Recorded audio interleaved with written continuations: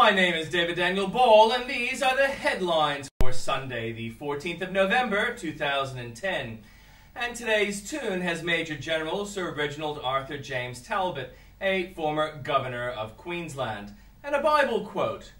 For it is God's will that by doing good you should silence the ignorant talk of foolish people. Live as free people, but do not use your freedom as a cover-up for evil. Live as God's slaves. 1 Peter 2, 15-16. And in headlines from Fox, Representative Heath Shuler, a moderate Democrat and ex-NFL quarterback, is expected to launch bid to take the party's House leadership from embattled liberal Nancy Pelosi. Burma's military regime frees pro-democracy leader and Nobel Prize winner Aung San Suu Kyi, who has been jailed or under house arrest for most of the past 2 decades. Former White House Chief of Staff Rahm Emanuel officially announces he will run for mayor of Chicago, saying the opportunity to leave the city is the only thing that can pry him away from Obama's side. One day after confirming they found the body of a disabled 10-year-old Zara Baker, the police are unsure why some of the remains were discovered miles away from each other.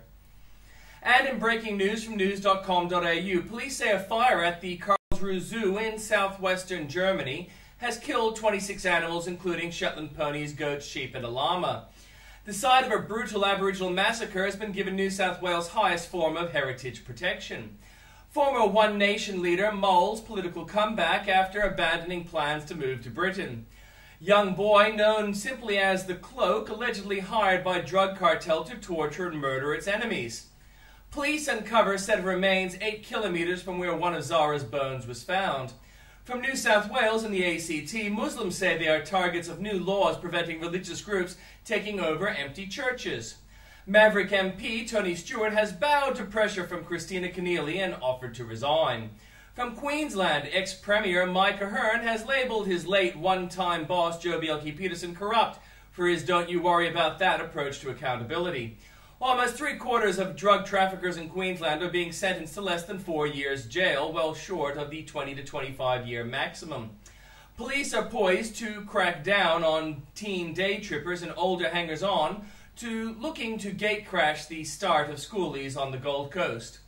A generation of children have never known the joy of playing under the sprinkler or on the slide and slide, but with water limits eased, they're about to. Every secondary school boy could soon be offered a free job to vaccinate them against a sexually transmitted disease that causes cancer. High school and university students are outsourcing their homework to overseas sweatshops, which can provide assignments for as little as $2. From Victoria, half a dozen homes are flooded in Gisborne, northeast of Melbourne, as heavy rains continue to lash the state. A beer-swilling Liberal candidate has been caught out promoting 24-hour alcohol consumption and slamming the police chief. Child protection workers have clashed with Victoria Police over the force's reluctance to look for a boy kidnapped by his brother. A $1.4 billion promise to buy 40 new trains for Melbourne spearheads Ted Baillieu's bid for election victory on November the 27th. Opposition leader Ted Baillieu has ruled out joining forces with minor parties, even if this puts an end to his bid to becoming premier. Nothing new from the Northern Territory. From South Australia, the state government has dumped plans to sign a trade agreement with the Reunion Island amid the furor about a similar connection with Puglia in Italy. Ecstasy users are consuming dangerous chemicals because of a worldwide shortage of the key precursor used to make the drug, police have revealed. The victims in Kapunda triple murder fought with their killer before being incapacitated by their injuries, police have revealed. From Western Australia, ambulance mistakes in West Australia have resulted in up to 4 deaths, with 1 fatality confirmed as being caused by an internal error. More than 2,000 leadfoots have been nabbed by police in a 5-day crackdown on early morning drivers who use suburban roads as racetracks. Western Australian hospitals could be crippled in the next fortnight by new industrial action by thousands of hospital support staff that include work bans expected to stop elective surgery. A group of teenage girls are filmed unprovoked tag team attacks on fellow students at a West Australia school, concerned parents say. There's nothing new from Tasmania. And in comments from Piers Ackerman, ALP's only agenda is retaining power. And as I add, as Solomon observed, nothing under the sun is new. The frailties with ALP policy making and administration are old, even if their hatchet man is only just beginning to acknowledge it.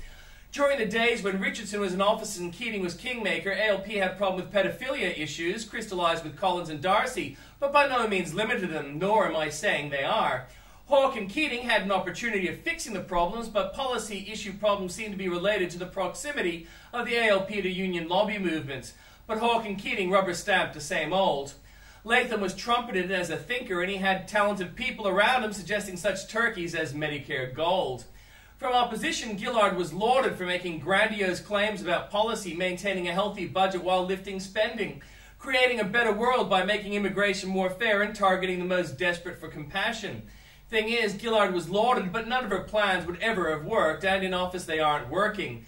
Gillard is not alone. None of the much vaunted ALP plans have been successful. They have allowed some of the worst depravities to afflict the Aboriginal community. They have blown a good economy. They have killed workers and immigrants through poor practice. But these bad plans were the same as their vaunted ones in opposition. It isn't that Gillard is not making good policy all of a sudden. She has never made good policy. Australia deserves better, but in voting for her, one might wonder if they really do. And from Sarah Palin, an open letter to Republican freshman members of Congress. From Andrew Bolt, how many times does Coetzee need to win a prize? Labour to break yet another promise or admit to a lie. Save us from Mugabe. Burning twice the coal since warmists first said we should stop. How to turn Australia into a basket case. Gay marriage will divorce Labour from its base, and more from you there at The Link.